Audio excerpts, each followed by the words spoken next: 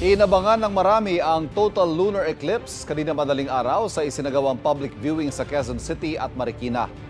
Ang astronomical phenomenon, sulyapan sa unang balita ni James Agustin at EJ Gomez.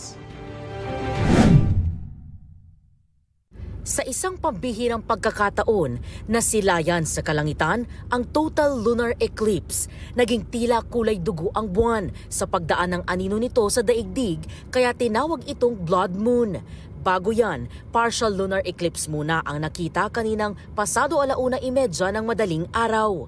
Ang total lunar eclipse ay ang isang astronomical event kung saan ang Earth ay mahaharangan yung ilaw ng sun. So instead na sobrang liwanag lang ng moon all throughout the night, inaasahan natin na mag-red siya. Kapag nanonood tayo ng total lunar eclipse, ang kagandahan nito, yung red na nakikita mo sa moon, yun ang combination ng lahat ng kulay ng sunrise and sunset sa buong mundo.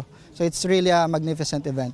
Marami ang nagtipon-tipon sa Marikina Riverbanks Amphitheater para sa libreng public viewing ng total lunar eclipse ng Philippine Astronomical Society Incorporated. Isa si Ira sa mga pumila at sumilip sa telescope para masilayan ang pulang buwan. Mas makikita mo siya for how it really is to help you better appreciate the experience. Very much worth it kasi lalo na people really do make the effort for the public to really experience these things. Ilang photographers, astronomy enthusiast at hobbyist din ang inabangan ng pagliwanag ng blood moon gaya ni Raymond. I've been doing this since 2023. For me personally, I'm a Christian, I'm a Baptist. So sabi sa Bible, diba, the heavens declare the glory of God. And this is one way to appreciate yung creation ni God.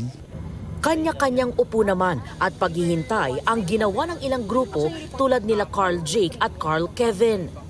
Experience na rin po sa makakita po sa may telescope na kung ano po itsura ng moon.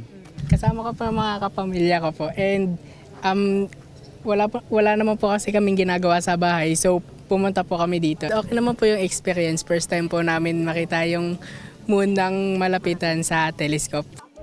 Nagsama-sama rin ang mga astronomy enthusiasts para sa telescope viewing ng total lunar eclipse sa Pag-asa Astronomical Observatory sa UP Diliman sa Quezon City. Especially for us na interested talaga sa astronomy, very valuable po siya kasi it reminds us po yung parang purpose namin as an org and at the same time parang get together na rin po ng astronomy enthusiasts. Kasi emerging field po ang astronomy here sa Philippines.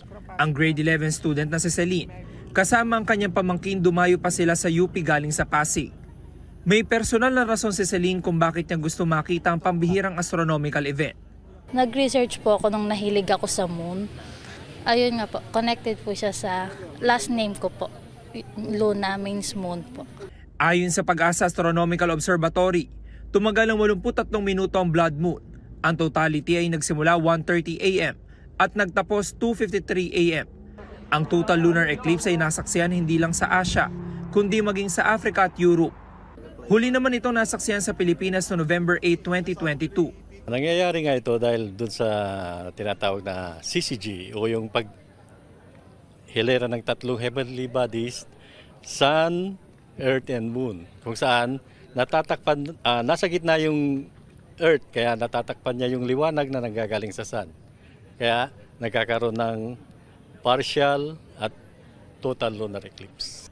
Muling masasaksihan sa bansa ang total lunar eclipse sa March 3, 2026. Ito ang unang balita. James Agustin, EJ Gomez para sa GMA Integrated News.